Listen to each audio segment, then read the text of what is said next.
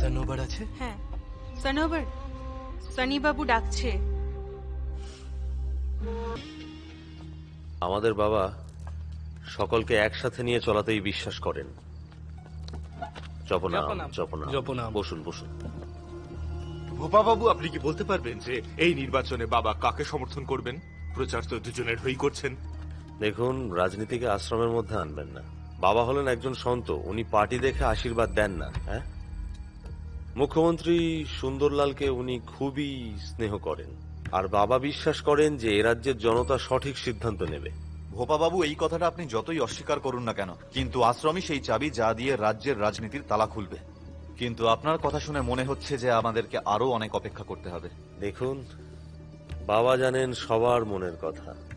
জপনাম, জপনাম। অমৃত 54 kilo. চলে আয়। পম্মি, এটা কি 56 কিলো? কি জানি কোচ ম্যাডাম, আপনার ডায়েটই তো ফলো করেছিলাম। চিটিং করেছিস তুই, কথা শুনিসনি, গিলে গেছিস শুধু।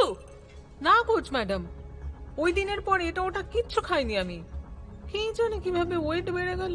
কিন্তু এখন কি করবি তুই? রেনুও তো ওই একই ক্যাটাগরিতে আছে।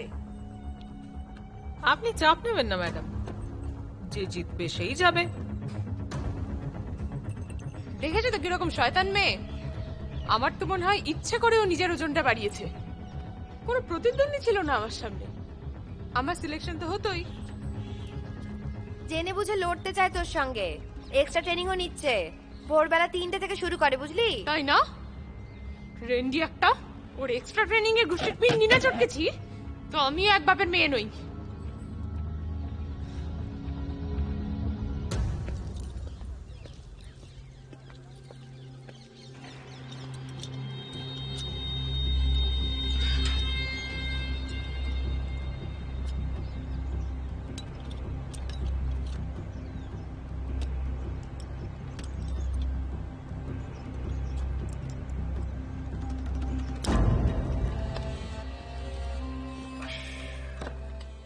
আরে যখন তখনই কারেন্ট চলে যায়।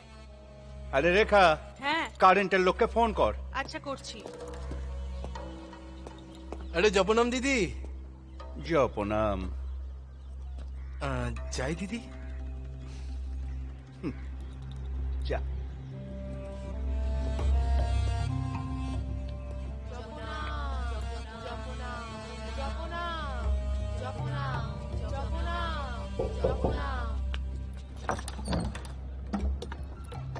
সানোবার আছে? হ্যাঁ, সনোবর, সনি বাবু ডাকছে।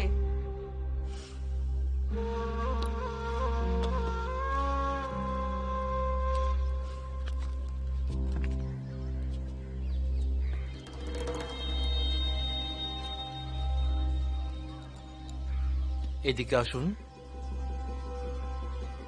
আসুন না।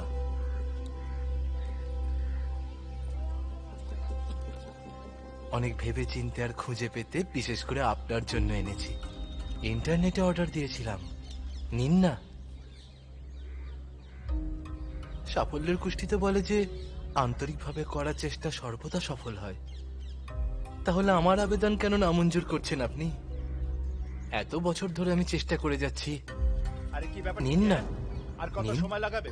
নিন, ধরুন। আসলে মেন ফিউজ উড়ে গেছে ওভারলোডের জন্য, এক্ষুনি ঠিক করে দিচ্ছি। কি সব করে রেখেছে বাবা।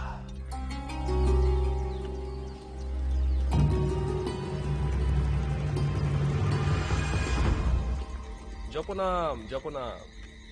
এসো এসো, তোমরা ভেতরে এসো। এসো, এই হলো আমার ঠিক। বসো।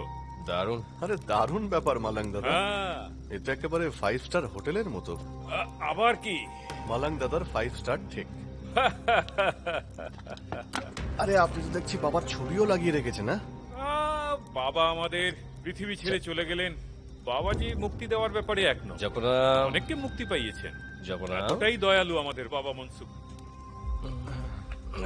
আরে বসো।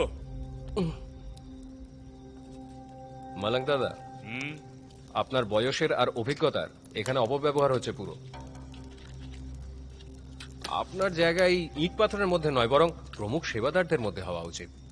সেবাদাসীরা আপনার সেবা করবে, সবাই আপনার অর্ডার মানবে, কিন্তু সব কটা সালা চামচা। আর মহিলা সেবায়িতরা, ওদের হাত থেকে তো নিস্তার নেই। উলঙ্গ ডাইনিটা তো মহিলা সেবায়িতই ছিল, পুরো শেষ করে দিল বাবা মনসুখকে। এ কি বলছেন? কি বলছেন মালাং প্রভু? ছোট বাচ্চাদের কেন ভয় দেখাচ্ছেন? সত্যি কথা বলছি, কপাল ভালো বাবা ঠিক সময়ে সবকিছু সামলে নিয়েছেন, না হলে এই আশ্রম আর টিকতো না। তাই নাকি? এমন কি হয়েছিল আশ্রমে?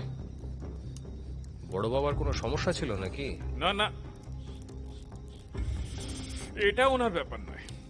তাহলে ওনার সবচেয়ে প্রিয় ঈশ্বরনাথই সব ঝামেলার মূলে। লোভে মানুষ কি না করে, কিন্তু আমাদের বাবা নিরালা এমন ব্যবস্থা করলো যে এই আশ্রম আর তার সম্মানও বেঁচে গেল। কিন্তু এই ঈশ্বরনাথ যেমন ভূপাস্বামী বাবার কাছে প্রিয়, সেরকমই ঈশ্বরনাথ বড় বাবার খুব প্রিয় লোক ছিল। কিন্তু বাবা নিরালা যখন সব দায়িত্ব নিজের হাতে নিলেন, তখন ঈশ্বরনাথ চোখে সর্ষে ফুল দেখতে শুরু করলো। প্রাণ বাঁচিয়ে শালাকে পালাতে হয়েছিল এখান থেকে, কিন্তু তার পাগল মেয়ে সানোবারকে শয়তানটা এখানেই ছেড়ে গেছে। আচ্ছা, তাহলে এই ঈশ্বরনাথ কোথায় থাকে আজকাল? জানি না, কেউই জানে না। আর এই সানোবার? ওই এখানেই আশ্রমে এত বছর ধরে ওর খেয়াল রাখা হচ্ছে। এতটাই দয়ালু আমাদের বাবা নিরালা। হ্যাঁ, এটা আপনি একদম ঠিক বলেছেন। তবে মহিলাদের খেয়াল রাখার ব্যাপারে বাবা একেবারে সঠিক লোক। মালাং দাদা, এই রহস্যময় দরজার ব্যাপারটা কি বলুন তো? ওখানে কি আছে এটা জানার চেষ্টাও করো না, যাবার কথা তো ভেবই না। মাথায় ঢুকলো? আরে এই সামান্য কথাটা আমাদের মাথায় ঢুকবে না? হ্যাঁ, আরে যে গ্রামে যাব না সেই গ্রামের ঠিকানা জেনে কি করবো? হ্যাঁ, একদম।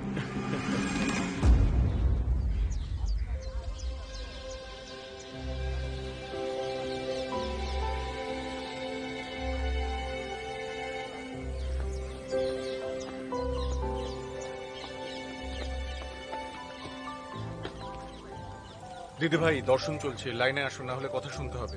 আরে ভয় পাচ্ছেন কেন? আমি আছি তো। আমার নামটা মনে রাখবেন, পাম্মি।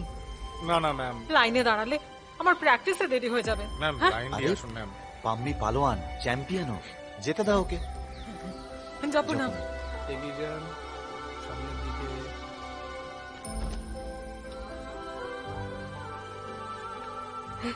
আরে পালোয়ান। বাবা, আপনার সদাই জয় হোক। আশীর্বাদ করুন কালকের জন্য। আপনার জন্য আমি এখানে আসতে পেরেছি, তাই আমার সাহস বাড়াতে কালকে আপনাকে যেতেই হবে। হতাশ করব না, জিতে দেখাবো। তুই তো চ্যাম্পিয়ন, আশীর্বাদ রইল, নিশ্চয়ই আসবো, ঠিক জিতবি। যা। খুব খেটেছে বাবা, এবার ন্যাশনালে মেডেল আনবেই। যাবো না, ওই যাবো না বাবা। এসো, এগিয়ে এসো। ভালো লাগছে না, চাটা ঠান্ডা হয়ে গেছে। হ্যাঁ, একেবারে ঠান্ডা হয়ে গেছে।